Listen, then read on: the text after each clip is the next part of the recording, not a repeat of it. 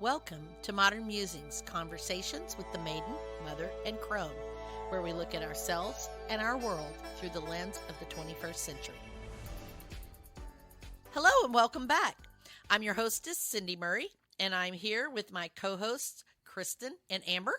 Hey! And we are here today to have a conversation about spirit guides. And if this is your first time joining us, I want to welcome you to our podcast. You will find that we have a very eclectic topics that we discuss. We're kind of all over the place, but we think that we're finding things that are interesting to people, and hopefully we'll find something that's interesting to you. If you've been joining us and you're coming back again, thank you for coming back. We love having you join us for our conversations, and we hope that you're actually participating in the conversations by checking out our blog and our podcast. You can find that all at modernmusings.net on the web, and we post blogs every week that go along with the podcast usually, and we carry on a lot of conversations there. And we also have a Facebook page. We're Modern Musings MMC on Facebook, and through that MMC website you can also find our MMC chat group where everyone is allowed to post, and you can post whatever you want to add to that conversation. So today, as I mentioned, we are talking about spirit guides. And you may ask, what is a spirit guide? I don't know. Your spirit guide hasn't told you yet? Your spirit guide is what you want your spirit guide to be. Let's just put it like that. How about that? Actually, what I'm referring to, I got the idea for this topic from an oracle card deck that I have. And one of the cards is the Council of Light card. And on this Council of Light card, it's talking about divine orchestration and helpers and people that can give you guidance in your life or whatever. And a lot of times people think of spirit guides as their spirit animal or other things like that. A lot of the Native Americans will go have different rituals involving their spirit animals, and they will feel connected to a specific type of animal, and they will use that as guidance in their life. But what I'm actually referring to is a little more, I'm not sure what the word I'm looking for is. Inclusive of other things? Possibly. I use the term a lot more loosely. So what I am talking about for today is a lot broader in topic than that. And I'm really basically talking about who you turn to spiritually and how you turn to them when you need that little bit of guidance. And the Catholics who are listening may relate to this a little more in that they have saints who they feel like guide them or help them or protect them or whatever. And so do a lot of other religions. And so I'm not talking, just simply about these mythological creatures or anything like that. I'm actually talking about in your own religion, what are your spirit guides? Because in every religion there are spirit guides. There are angels. There are ascended masters or whatever who are there, who offer guidance in your religion or whatever, even in Christianity. So this card, what brought me to this was this oracle deck card that I got today, actually, but I was actually thinking about this a long time ago, and it's oddly appropriate that I drew this card this morning. But the card that I drew is the Council of Light, and on this card are a lot of well-known figures from different religions. So we have Jesus, the Buddha, Muhammad, the Black Madonna, Mary, Joseph, and I believe this is Anna, who they often say is the grandmother of Jesus, who was a mystic in the Jewish faith. She was a oracle, not an oracle. What is the word I'm looking for? Well, I guess an oracle would be it, but she was a seer, a prophecy. She prophesied. And some other, there's other icons on here that I am not fully sure who they are.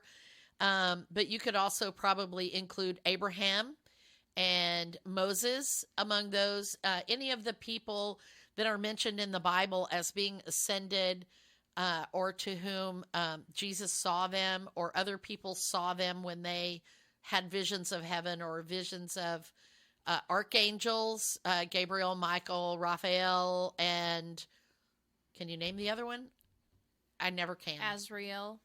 Is it Azrael? I think I know that's an angel name. That should be interesting. But anyway, so there's a lot of different things that people don't always. I think it's Uriel. Muriel.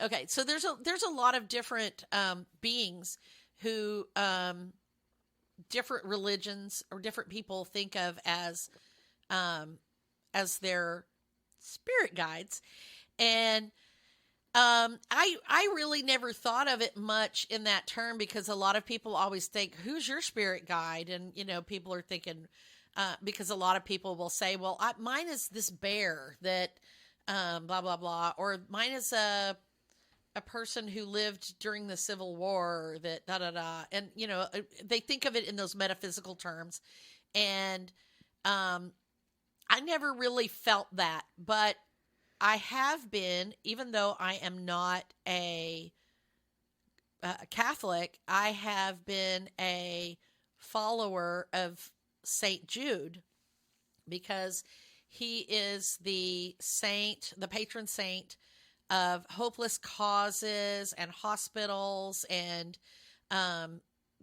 being without hope or whatever. And so he brings hope to the hopeless. And that I've often found myself in positions where I felt like I needed his guidance, or his help. And so I am a patron of St. Jude. So, and a lot of people who aren't Catholics do follow different saints. So, but I never thought of him as a spirit guide. But now that, until someone brought that to my attention, that actually a spirit guide is anyone who gives you spiritual guidance. That's all it is. Who gives you spiritual guidance? So, as I mentioned, mine is St. Jude. I've been very many times in hopeless cases. I found some novenas, which are a prayer that you say for 9 days, to St. Jude. And so I started saying those, and miraculously, because I don't know any other way to explain it, things happened in my favor that were actually a hopeless case. So I am a patron of St. Jude. So what about you girls? Do you have a patron saint or a spirit guide of some sort, something that guides you? And I will say also that a lot of people use the "what would Jesus do?" That is Jesus being your spirit guide. So do you have one?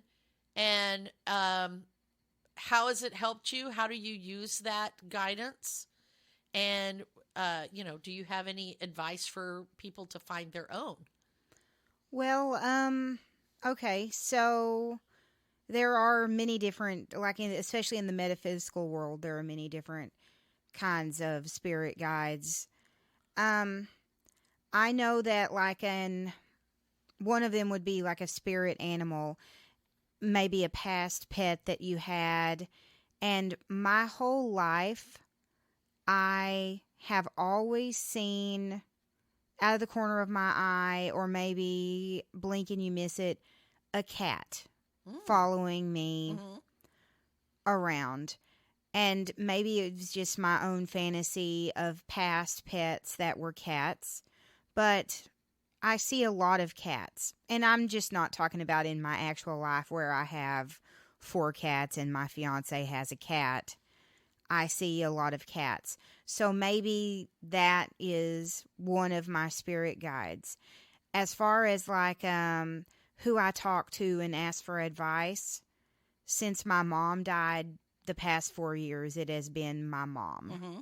Who, before that, it was my grandpa. I still talk to him as well, and he died when I was in 2nd grade.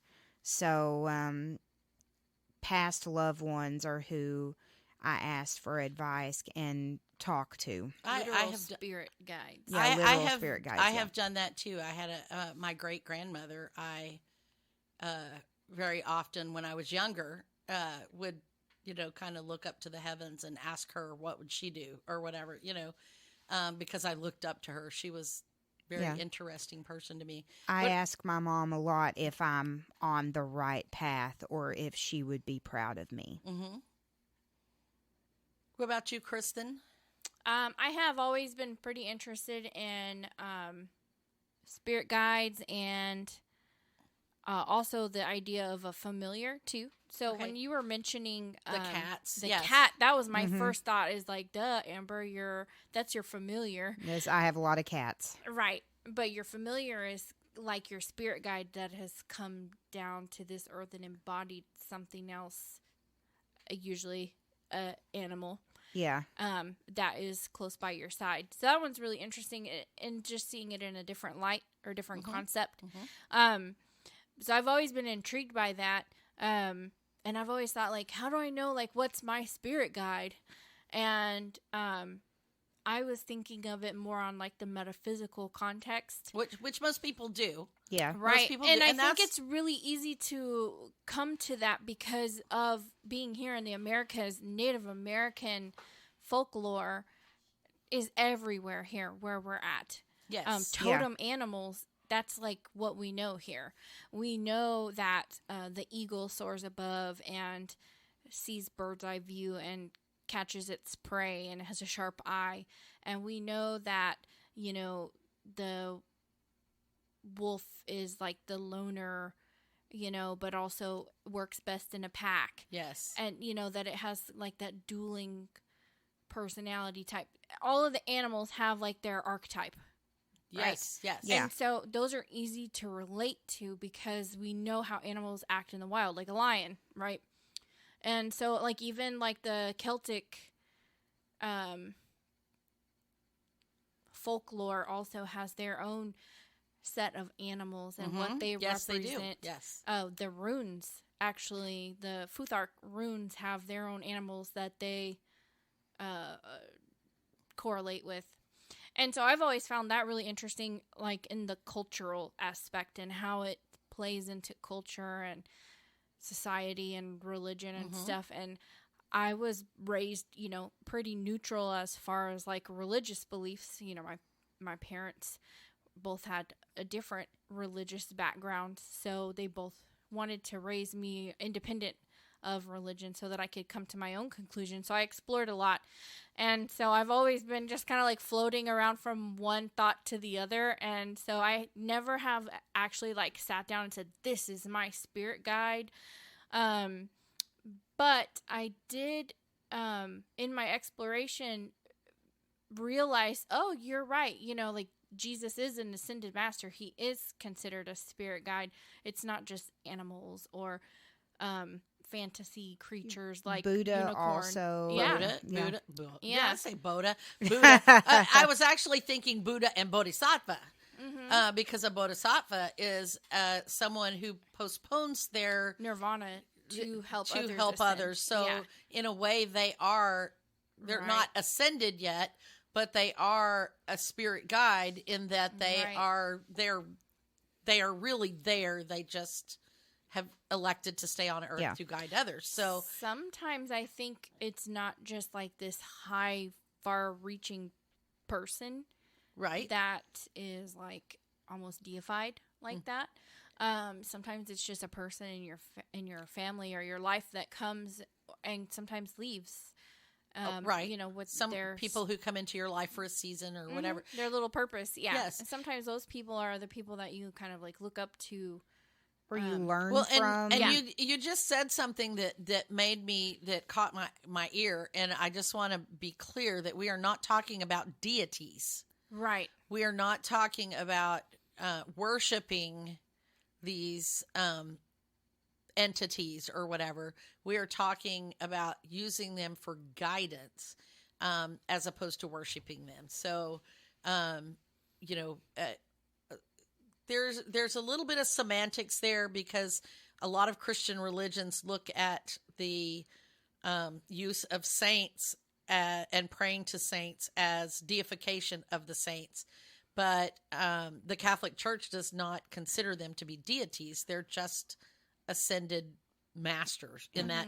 Yeah. Yes. So I wanted to make that clear, that we We're are just not gonna talking about deities. Push So- all of that religious argumenting. Well, So and that's we're what- just asking yes. what guides you, whether it's Right. a person, a saint. Right, but it guides you animal? spiritually. So Yeah. it does. It affects you. You know. So Jesus is also one of my spirit guides, because I study his works, and the idea is that religion aside, I look to him as someone to emulate in behavior and ideals. Right. And so that is, aside from the fact that, you know, of any religion, he is someone to, and that's the way that other religions often see him, as Someone to look up to. as a rabbi, someone to look up to. So even the Muslim He is respected. Yes, within that he's very religion, yes. respected in that religion.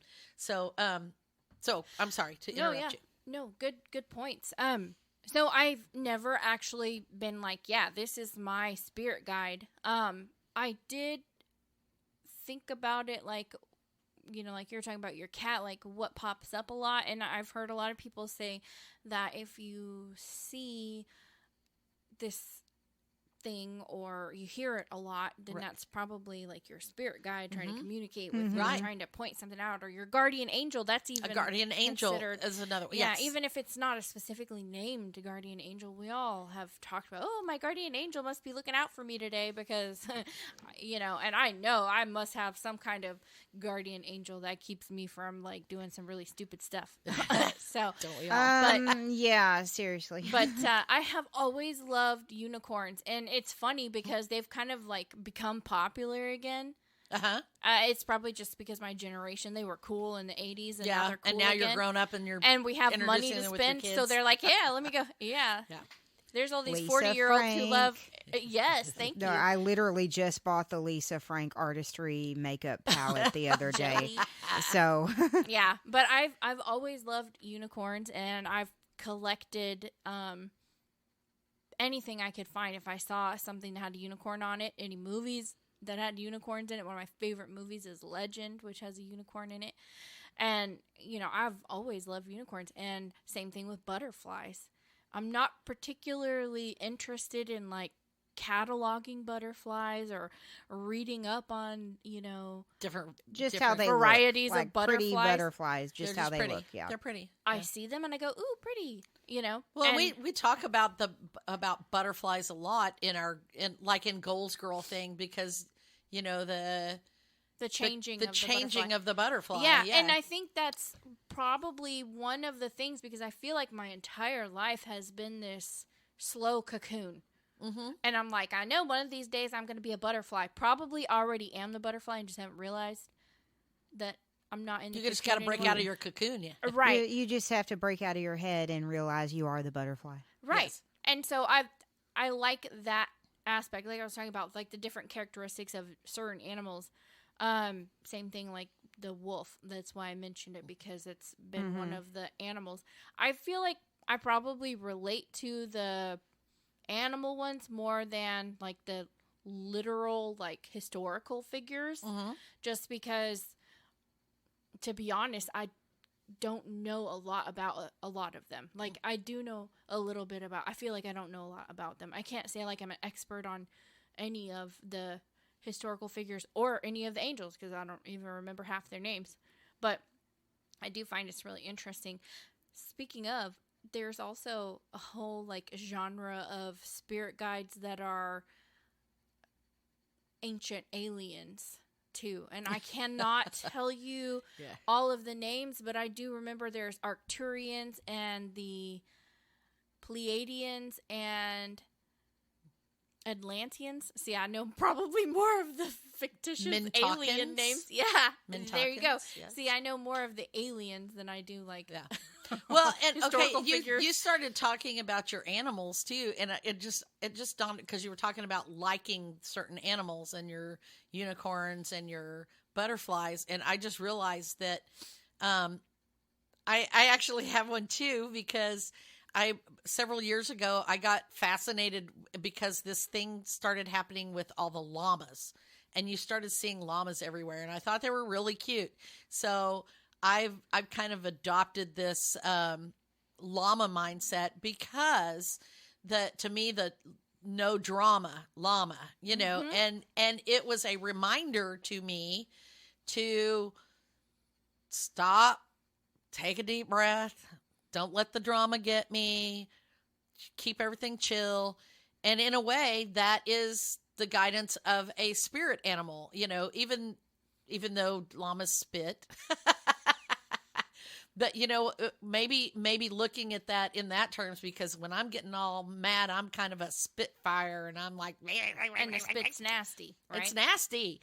And I get nasty. And so having that no drama llama is my reminder to me to not be It's that the person. rubber band on the wrist. Yes, you it is. Feel it is that negative behavior. So, you can so just in a look at way, your that spirit is guide. kind of a spirit animal for me because I can be nasty spit, and I don't want to be nasty spit. I want to be no drama llama.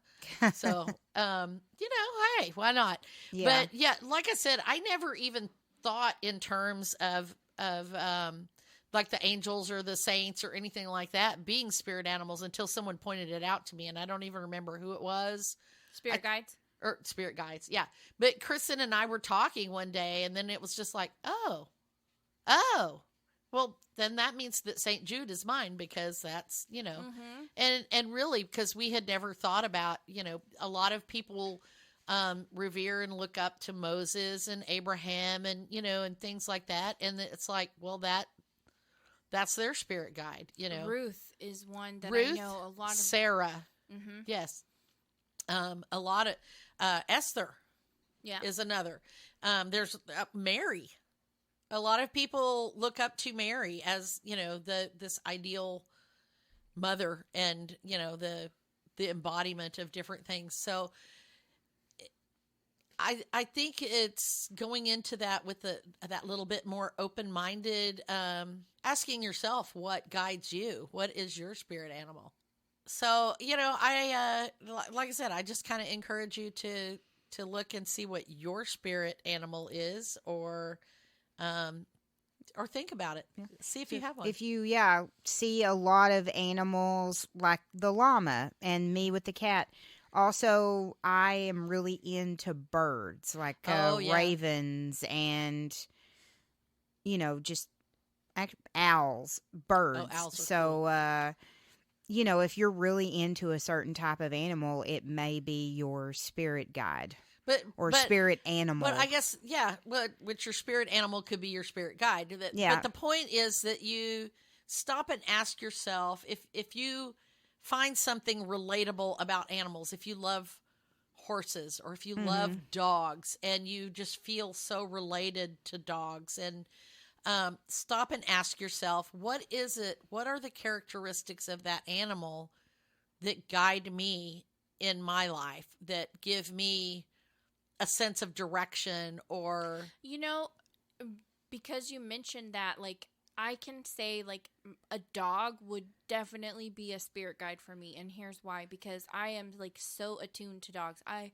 love dogs. I love all dogs so stupidly that I've been bitten, like, so many times because I'm like, hi, puppy, to, like, stranger she dogs. sticks her hands out there. I'm bad. She does. And I love dogs. And I'm that way with cats. One of the neat things about dogs is that they have this unconditional love and, like, even the owner that beats them, they love, you know. Mm. Dogs, you know, sometimes they do attack people, but for the most part, dogs forgive and they love and they love and they have so much joy and they're happy to see you. And I love that. I want to personify that, you know.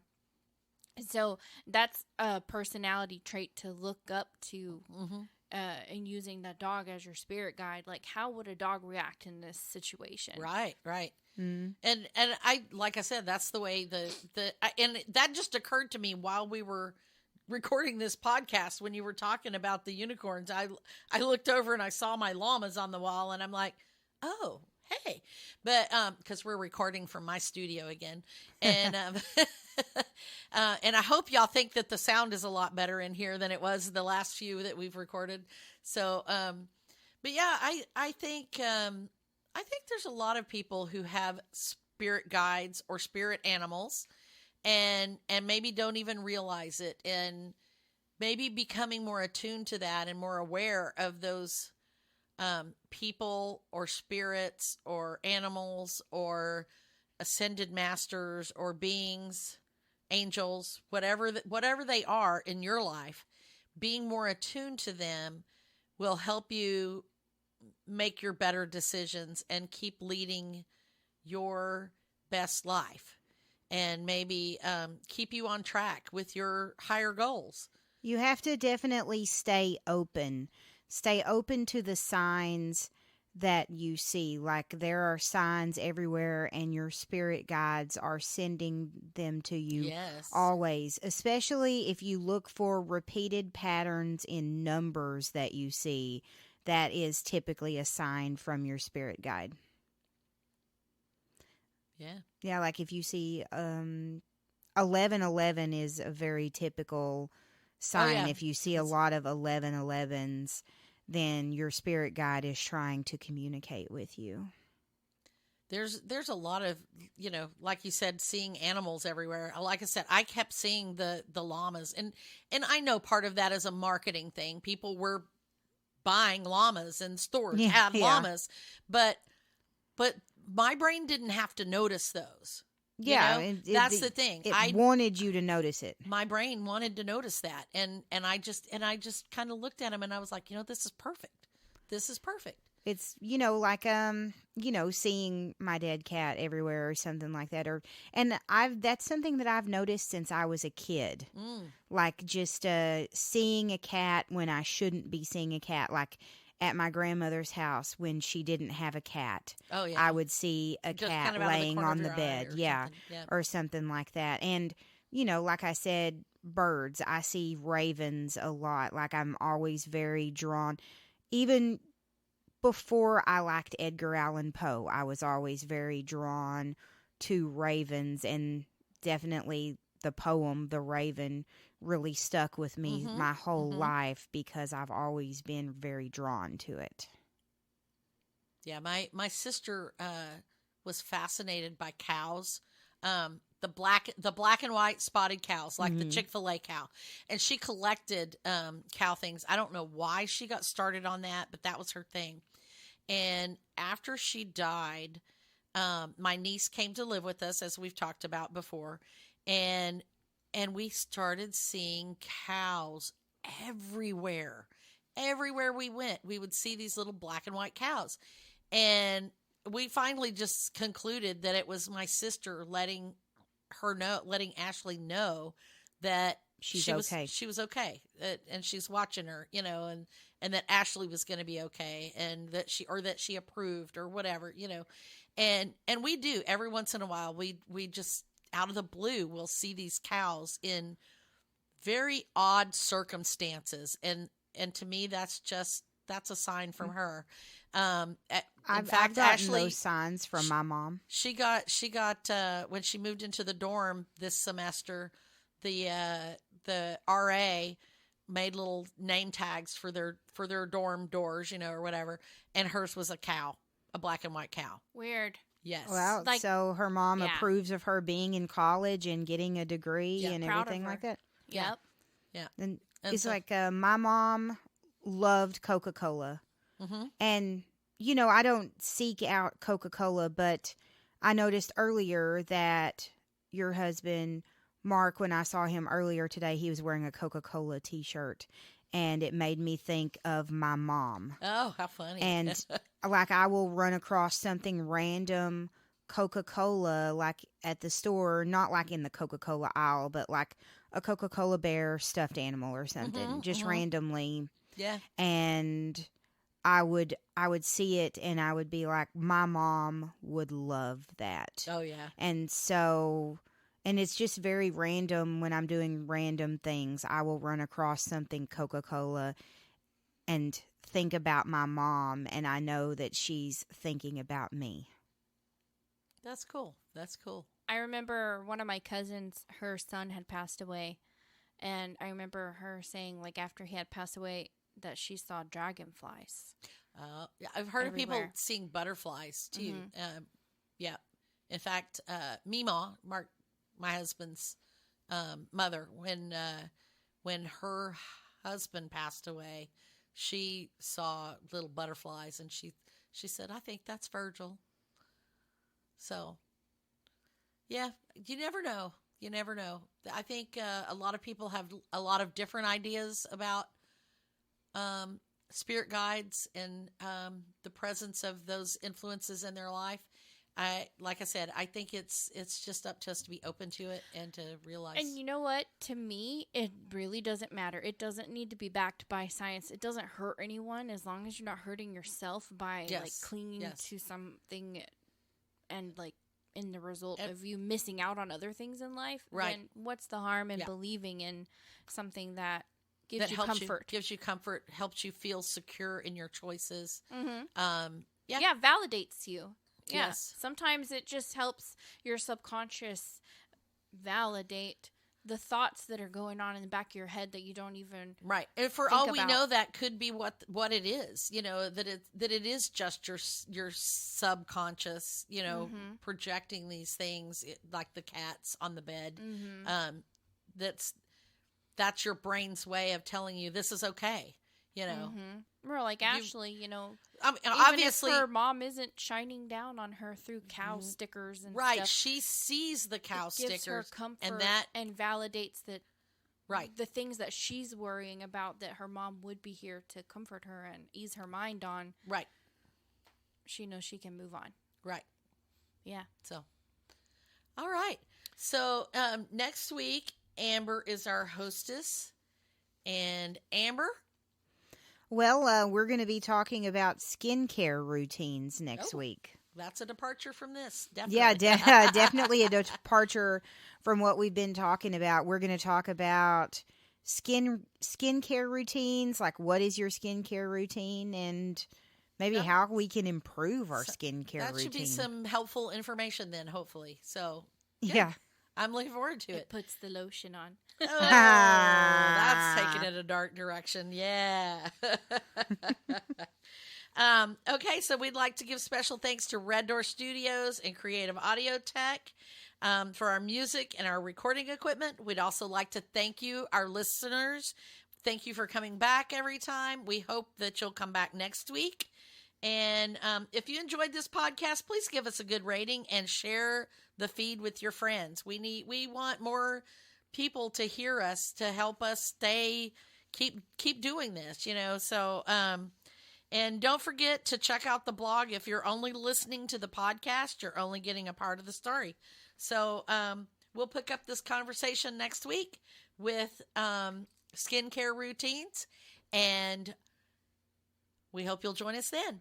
Bye. Bye.